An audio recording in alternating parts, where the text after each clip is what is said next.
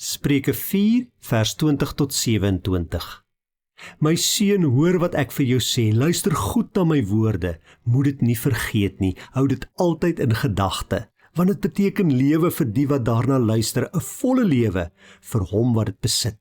Wees veral versigtig met wat in jou hart omgaan, want dit bepaal jou lewe. Weerhou jou van leuns, moenie mense mislei nie.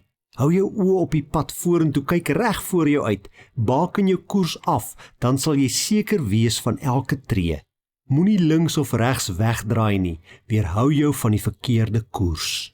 Sekuriteit is vir elkeen van ons so belangrik, né?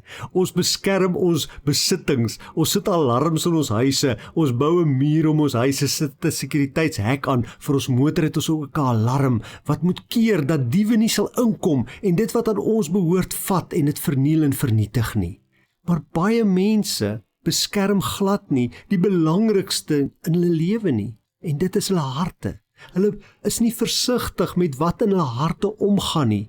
Hulle laat maar enige gemors toe om hulle lewe te beïnvloed. En daarom sê Spreuke vir ons in vers 23, wees veral versigtig met wat in jou hart omgaan, want dit bepaal jou lewe.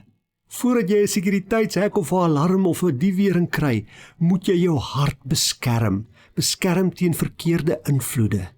En dan raak Spreuke baie prakties en sê, weerhou jou van leuns. Moenie mense mislei nie.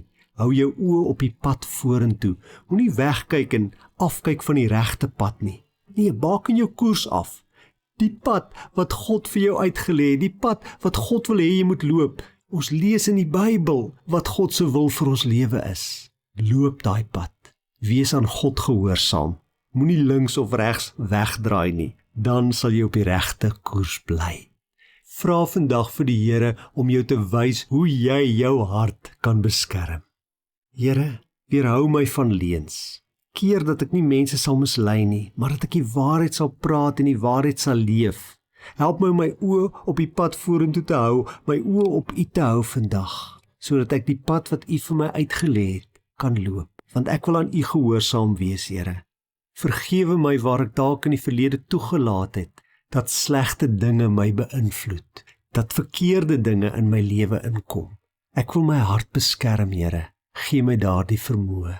In Jesus naam bid ek dit. Amen.